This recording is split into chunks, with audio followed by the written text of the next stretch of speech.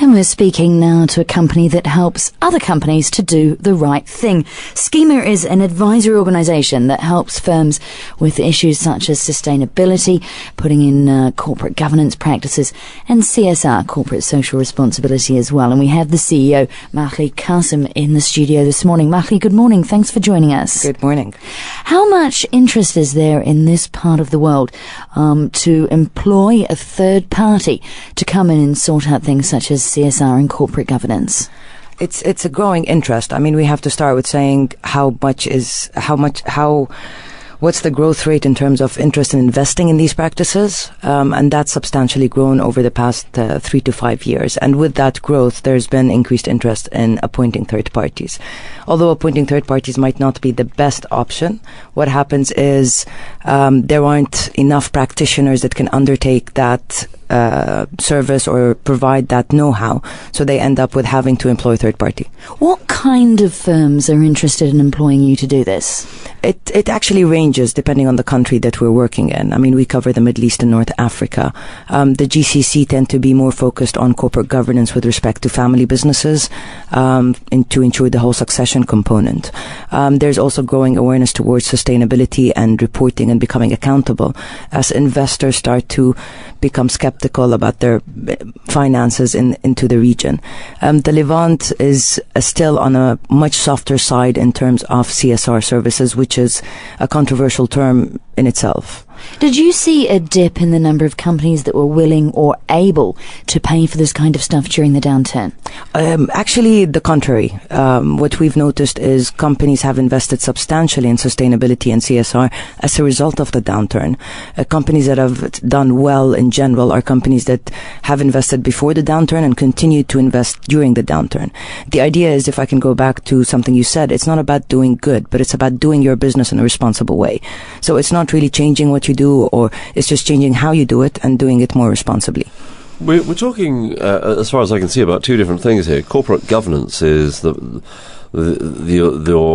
way you run your company, doing things by the book, having company secretaries, not having individuals using the accounts for their own purposes, etc. The way you run the company, keeping very much above board in the way the company is run. The corporate social responsibility program seems something just almost charity giving, but they're two totally different things. I look at them as two sides of the coin, and one's a hard side and one's a soft side. Corporate governance is a hard side. You're right, it's highly regulated, it's a regulatory matter. But without effective corporate governance, you will never have true corporate social responsibility, because it's not going to be aligned with the business. And if you have good corporate governance, but without a culture for corporate social responsibility, it'll never be effective completely. So the idea is you need both to reach to an element of sustainability. Which is where we're different in terms of how we work with companies, how we engage with them, ensuring that they have both the hard skills and the soft side. When we started combining the two several years ago, what happened is a lot of people had an issue with their two different practices, but they're two sides of the same coin. You can't get to sustainability without having both. Do you have any definite proof that as corporate governance gets better in a company, that so their corporate social responsibility also improves? That link is slowly showing up in research globally. There is very nominal research in terms of the region, but we are launching statistics on that at the forum. Now, you mentioned the forum, and this is an event you've got taking place in Jordan coming up. Tell us about that. Well, the idea behind the forum is what we've noticed. There isn't any knowledge-generating platform. There isn't a platform for the CEOs to come and share their ideas and opinions, as opposed to come and hear presenters and presentations. So the forum is structured around discussions, debates, addressing the key upcoming issues in terms of what are they facing in implementing corporate governance, CSR, and sustainability practices. And the audience votes on all the key upcoming issues.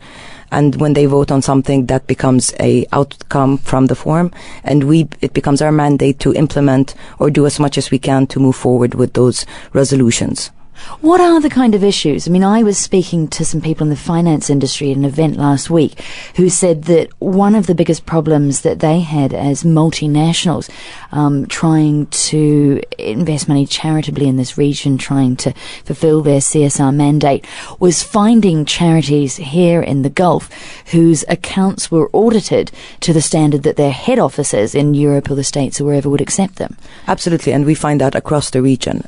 So what we do is we work with multinational and civil societies to bridge that gap. We build the capacity of the civil societies to become more transparent and accountable, at the same time enabling the multinationals to engage with them on a deeper level as opposed to just a financial and charitable contribution, because that's not sustainable.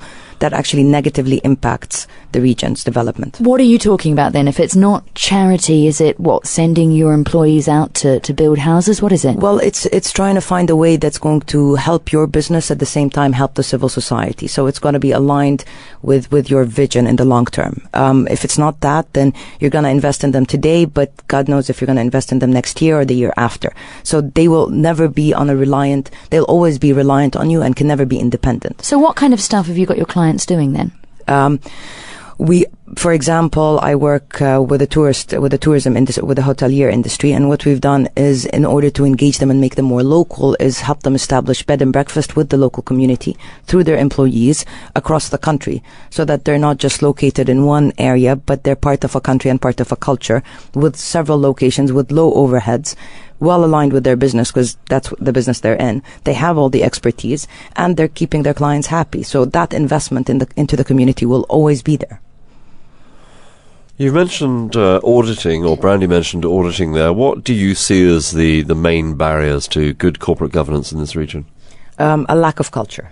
A lack of culture because it's a tick boxing exercise. There's a regulation and people just want to go through that sheet and say, yes, we've done that. Yes, we've done that. Yes, we've appointed the board. Yes, we have 3 independent directors, etc., etc., etc. Not really going through the exercise of why do you have a board of that size, or why do you have a composition of a board of that nature, or why do you have independent directors or certain committees. And without that culture, it's very easy for companies to fulfill the requirements and not benefit from them. So it's actually an added requirement without benefiting from it, which takes away from the value of what corporate governance tries to achieve, being accountable and transparent. Okay, what else? And I'm thinking of things like transparency, for instance, and disclosure. Well, I mean, transparency and disclosure in this part of the world still remains very low. I'm personally not sure why people are that skeptical in sharing information. And I mean, by no means does corporate governance require them to disclose confidential information. But the basic information of board of directors remuneration, etc., the resistance there is people are unsure how people are going to use that information.